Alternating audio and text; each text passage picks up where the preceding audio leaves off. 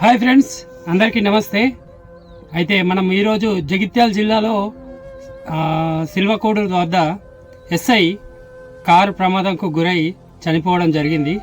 చాలా బాధాకరం.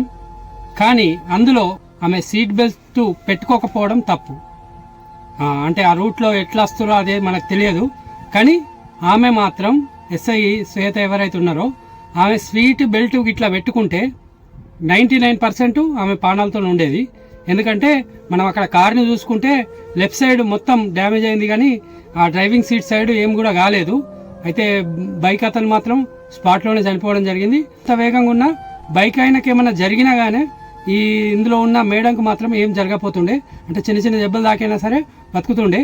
ఎందుకంటే కొత్త కార్ కాబట్టి చాలా సేఫ్టీ ఉన్నది, అందులో హెయిర్ బెలూన్స్ అన్నీ కూడా ఉంటాయి.